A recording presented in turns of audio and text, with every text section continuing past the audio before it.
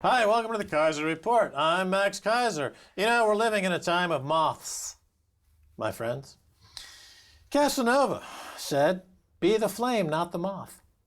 And yet, here we are today, extinguishing our collective flames with self-destructive economics, self-liquidating corporations, central banks, and even whole nations, a pyramid, a pyre, all built upon the back of self-consuming citizen consumers throwing themselves into the flame. Stacey? We're going to look at some self-liquidating companies, nations, and all sorts of things. Some of them good, some of them bad. First, we're going to start with a headline that reads the incredible shrinking benefits of massive Japanese money printing. Now, this is on Zero Hedge, and it's actually excerpts, however, from a report by JP Morgan CIO Michael Sembalisi, and this is his 2016 outlook.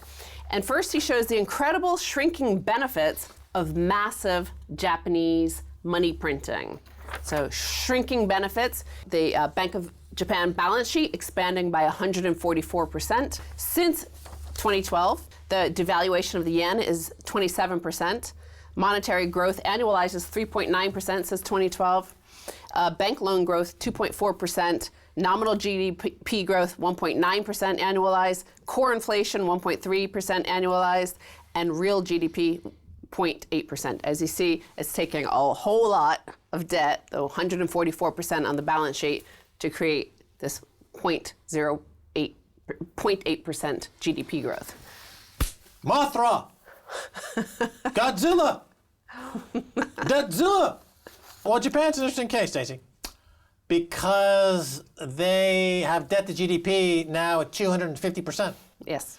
So they've got an incredible amount of debt. The only reason Japan exists today is a place for hedge funds to borrow money cheap, to speculate on other markets, because the cost of borrowing money in Japan is so cheap. The interest rates are like 0.000000001%. And so if you're a hedge fund or a venture capital firm or a Wall Street firm, you can borrow money there at the cheapest rate anywhere in the world, and that's the reason Japan exists. If Japan wasn't the lender to hedge funds of cheap money, it would not exist at all. Nobody would bother with Japan because their manufacturing's been overtaken by South Korea. They're demographically disintegrating, and the teenagers are all, basically throwing themselves off buildings. So exactly. Other than that, nobody Self-liquidation, cares. Self-annihilation, we're talking about that. In Japan, they've had, the fact that they've had this quantitative easing and 0% interest rates for essentially 30 years has been possible because they had massive savings. They used to have 25% savings rate. They now have negative savings rate. It's taken 25, 30 years to annihilate their savings. The JP Morgan report goes on to say the Japanese experiment, there are few precedents for this kind of experiment Japan is conducting. At the current pace of BOJ purchases, private sector banks might actually run out of JGB's, Japanese government bonds, by the end of 2016. Look, these lunatics, they're buying their own government bonds. Yeah. They're buying stocks. Yes, they're buying ETFs, and even ETFs. And as we talked about in the last episode, we were making fun of mom and pop investors investing in those. And they're saying at which point the BOJ would have to buy them directly from the non-bank private sector. I think it's fair to say that no one really knows what would happen then. A professor I once had told me this was impossible. The blue line going down Japanese money velocity. Here, central bank assets. As you see, this is the assets, now 80% of GDP in Japan. A lot of that is now ETFs. They're buying anything. This is when the whole crash in Japan happened, and they took, this is the early quantitative easing. It was more like what we're doing here in the West. Well, this is what's happened in the last 2 or 3 years. This is what the Bank of Japan has become a dictatorship. This is significant because the Bank of Japan now owns effectively 100% of the GDP of the country. It's self-liquidating the country. But it's taking the whole country essentially private into a feudal samurai dictatorship run by, what's his guy's, Cordota, the central bank chairman of Bank of Japan, has become a dictator, essentially. This is a central bank that's gone all the way cuckoo into a full-fledged psychotic dictatorship, and they are calling people up on the phone, like Mr. and Mrs. Watanabe, and saying, "Hey, Mrs. Watanabe, you own stocks?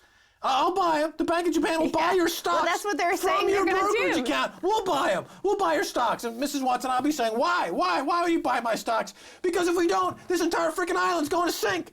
And this is what's going on there. This is what's going to drag the entire global economy into the abyss, is Japan. So the Japanese moth is riding a tiger, however, It's Mothra. as JP Morgan points out, one thing is certain, like riding a tiger, the BOJ can't stop now and has little choice but to continue with debt monetization as Japan's federal debt grows higher and as it veers further and further into the economic unknown. Like that scene from The Deer Hunter when he's being captured by the Vietnamese and they're being at the table playing Russian roulette. And there's Christopher Walken with a gun in his hand. He goes, meow, meow, meow. That's the Japan Central Bank. They can't stop playing Russian roulette with their own economy. And they're going to blow themselves up. It could happen today. It could happen next week. It'll definitely happen in 2016. And that'll drag the entire global economy down with it. Only countries with stuff in the ground will survive.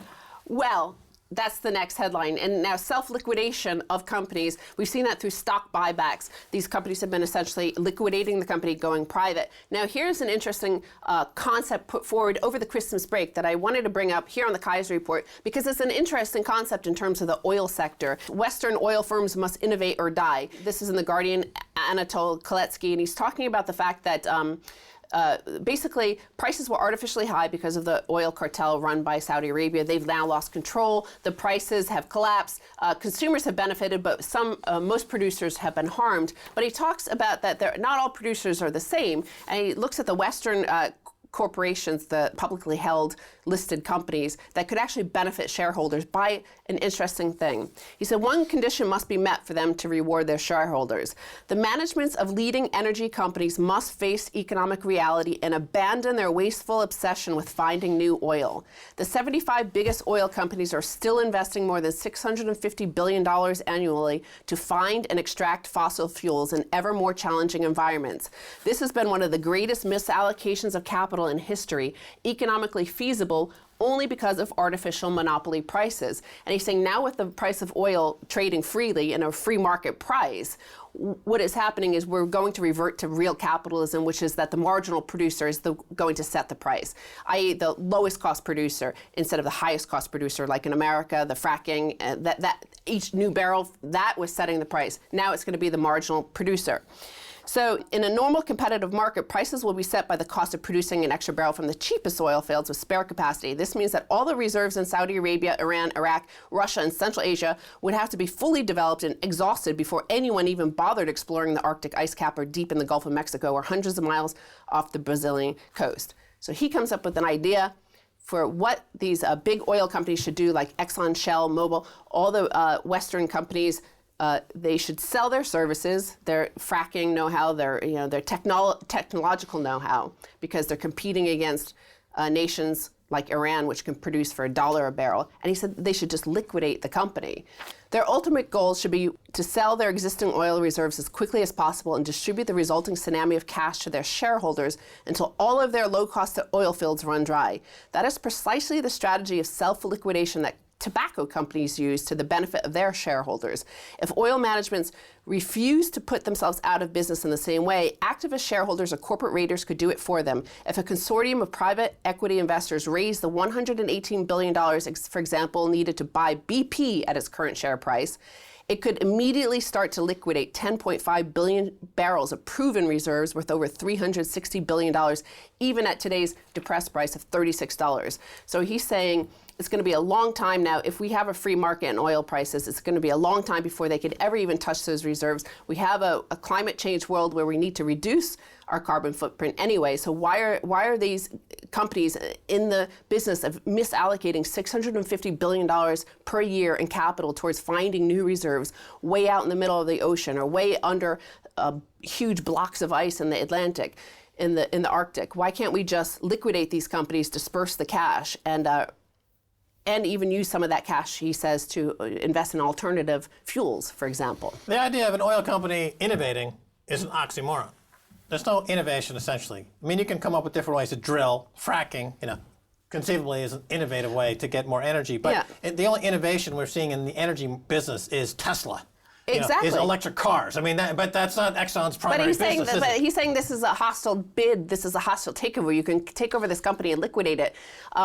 Also, he did present to some of these companies. He asked one of the big major CEOs why they don't just invest in alternative energy, for example, because that's the future. Why not use this time to invest money in alternative energy? And he said, we're not General Motors or Tesla or any of those. So these companies are the ones that are going to take over in the future. The idea of these companies liquidating all of their assets would be adding to supply that already is oversupplied. So there's already an oversupply of oil in the market. So if Exxon and these other majors decide to just dump all their oil and get out of business and pass the capital gains on to shareholders, that would just create a more oversupply problem. No, the answer, my friend, is in the time-honored tradition of, can you guess what I'm about to say? It's a three-letter word. It starts with W.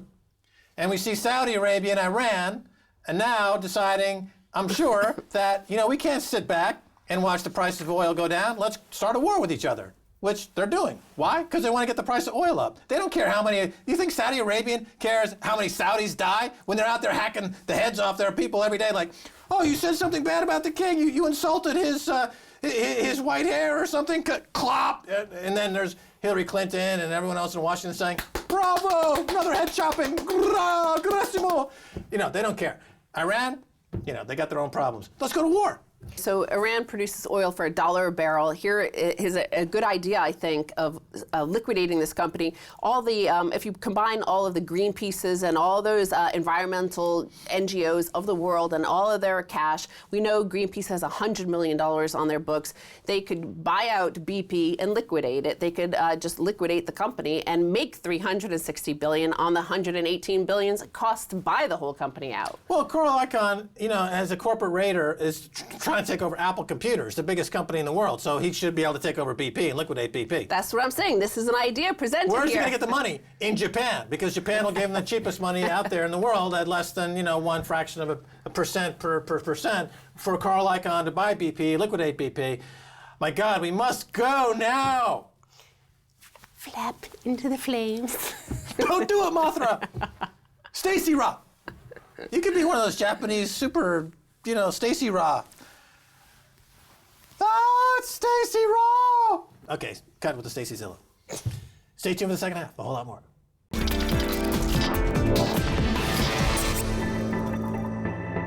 Welcome back to the Kaiser Report. I'm Max Kaiser. Time now to turn to economic writer and researcher Chris Martenson of peakprosperity.com. He's got his new book he co-authored with Adam Taggart called Prosper, How to Prepare for the Future and Create a World Worth Inheriting. That's what the cover looks like. I should mention that I listen to Chris's podcasts all the time. They're probably the best podcasts on finance, economics, and related topics you can find anywhere on the web. Chris, welcome to the Kaiser Report. Thank you, Max. It's a real pleasure to be back with you today. So first of all, let's talk about Prosper. What do you mean, Prosper? What is it? Well, look, our view at Peak Prosperity is that there's a big deflationary wave coming, that all this monetary madness comes to an end, and Prosper is about answering this question: well, what should I do about all this craziness in the world, the monetary craziness, fiscal craziness, you name it. And Prosper makes this point. It says, look, if all you have is money, you're still poor. So Prosper talks about different forms of wealth that you can build into your life. It's about becoming resilient. And it's not about becoming resilient for some scary future that might arrive. It's about being happy, resilient, and fulfilled and prosperous today. If you do, if this crazy future comes, you'll be really glad you took those steps. Well, before getting into specifically what you're talking about there, let's focus on what you just said about the age of monetarism, or the monetary bank, the central bank era seemingly coming to a close. Bill Bonner, who's another excellent writer, recently said that you've got the conflict now between one state, Saudi Arabia, that can pump an infinite amount of oil, versus America that can pump an infinite amount of credit. And these two forces are on a collision course. I know you cover energy a lot as well, Chris. So it seems to be playing into what you're saying. In other words, all the money printing and credit creation in the world, it's not working. There's no GDP growth. There's no wage growth. It's not working anymore. Is that true? That's absolutely true. And I think people really need to understand why. If you just look economically, everything the Fed is doing should be working, but it's not. And there's some reasons for that. Namely, how do you fix a problem rooted in too much debt with more debt, which is what the Fed's trying to do, but they're blissfully ignorant of the role of energy in creating growth. They have the tail and the dog all mixed up. They think that if they just make credit cheap enough, you get growth. That's true if and only if you have the right conditions in the world to support that, which includes lots and lots of cheap energy out there. And oil spiked well over 100 a barrel for a while. It crushed the economy. Now oil is coming down because the economy couldn't absorb all that oil. And now the oil producers are getting crushed. So we're seeing that seesaw between reality and monetary policy, and the Federal Reserve is ignorant completely of that reality portion I just talked about. I mean, we've said on this show a few times that quantitative easing and other programs like 0% interest rate that are designed to stimulate demand and stimulate inflation have actually had the opposite effect. They've created deflation, principally by keeping alive the zombie banks that have become a huge impediment to growth because they simply take all the money that's being printed and stick it on their balance sheet, and there's no velocity. The velocity of money is crashing while the money supply is going up. Is that a fair statement? Well, it is. The statement once upon a time was the Fed would be pushing on a string, meaning they would be pushing all this cheap money out into the economy, but it wouldn't go and do what it was supposed to do. That's exactly what's happening today, but now they're pushing on a cable rope or something that's still floppy because they've pushed trillions and trillions out. What happened to it? It got parked in excess reserves in banks. They started lending it for speculative purposes. Financial asset inflation took off like crazy. London and New York penthouse inflation took off like crazy. Gems, high art. Listen, all the people who could spend that money, who got it, which were the extremely wealthy, they've been doing that. They've been getting their inflation. But now what's happened? Max, you've got your finger on it, which is there's this huge pile of dry tinder sitting out there, all these trillions and trillions of printed dollars, and they're not doing what they're supposed to do. In our view, the next thing we're going to see is this big deflationary wave. It's going to crush all kinds of assets. It's going to really scare the banks, and then we're off to the races. Right. Well, I always think about this deflationary wave as being the final collapse of these zombie banks. The zombie banks have been artificially supported. There's the four biggest in the UK being some of the biggest in the world. And eventually they just collapse. And that's the deflation. It's the deflation. It's the collapse of the infrastructure and the bond market that is supporting these zombie banks. But let's talk about the trends that are likely to shape the next 20 years, because this is what your book Prosper is all about.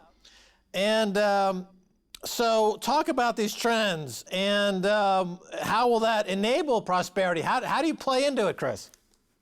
Well, a couple great questions there. So first, the framework for this is simply this. We have a money system that commands and demands that it be constantly growing exponentially. So our finance system is great, does perfectly, as long as it's expanding by some percentage every year, which means it's growing exponentially. We want it to grow 5%, 10% per year in terms of credit growth. That keeps the system happy. Look, Max, anybody can figure out that you can't grow exponentially infinitely on a finite planet. And that's where part two of this story comes in, which is, look, if you're slaves to a debt system that has to grow exponentially, but you live in a real world that has finite limits, which we see all the time in terms of water, soil, fish in the ocean, energy, all of these things are finite. And so that's the collision that's coming. And so in our view, reality wins. And if reality wins, it means the financial system breaks. Look, when financial systems break, people get really upset. Jobs get lost, wars get started, politicians lose careers, industries get destroyed. Nobody wants that to happen. But look, nobody at the high level is having this conversation, which is we have an infinite system up against reality. What do we do about that? This is where Prosper comes in, and we are talking to individuals saying it's time for you, the individual, to be prepared for this idea that we have a system that is either growing or collapsing. If it goes into that collapse state, here's some things you need to think about doing. All right, again, we'll talk about those individual things. But before we do, let me continue on this line of questioning here. Now, what you're positing is not new. It's a story that's been out there for at least 10 years. And the reason why what you're saying hasn't happened yet is that there always seems to be a new central bank in the world willing to expand the debts on their balance sheet. You know, the Federal Reserve has now trillions, and the Bank of Japan, trillions. The Bank of England, hundreds of billions. And now Mario Draghi at the European Central Bank is ready to absorb trillions of euros of this bad debt to keep the system going as it is now and to defer, to delay the inevitable. And my question is, what stops these banks from calling up Christine Lagarde at the IMF and saying, we're going to roll up $100 trillion in bad debt into special drawing rights, have your bank, the IMF, become the backstop to the central banks, and keep this Ponzi scheme going for another 5 to 10 years? What stops that from happening? Chris Martenson. Well, Max, I don't know what really can stop that, except that there's some sort of a break in the system, and nobody ever knows what that break is going to be. It's like in 1911, when World War I allegedly got started because an archduke got shot. The truth is that there was a whole lot of dry tinder laid down that allowed that event to precipitate that phase change. Look, this is different this time because of exactly the dynamic you're saying. The world's central banks have all been colluding to pass the baton of credit creation, money creation, and assuming each other's debts. That's new. In times past, if a single central bank was going crazy, that country would have to face the piper sooner or later. So the good news is it's given us all more time. The bad news is there's nowhere left to hide. This is a global story now. I don't think any reset that we're going to get is going to just visit the United States or Europe alone. It's going to visit the world. Who knows where it gets started, but something causes the central banks to have to look out for the own interests of their own people at some point. They're going to have to stop playing this game of the Bank of England caring what happens to JP Morgan in the United States. They're going to have to look after their own interests. That's coming. What'll trigger it? Anybody's guess, but we know the pressures are higher now than they were in 2008. Right, so the system is getting more fragile, and the possibility of an event causing an avalanche of bad credit is increasing. The probability is increasing. But let me get back to the core question here. So what are the specific things people should do to prosper in this situation? The specific stuff. Well, we start by framing what resilience really means and giving some good background, but it focuses on the core of the book is talking about 8 different forms of capital, and finance is just one of them. It's a big chapter. We talk about what you should do with your finances, how to keep it safe.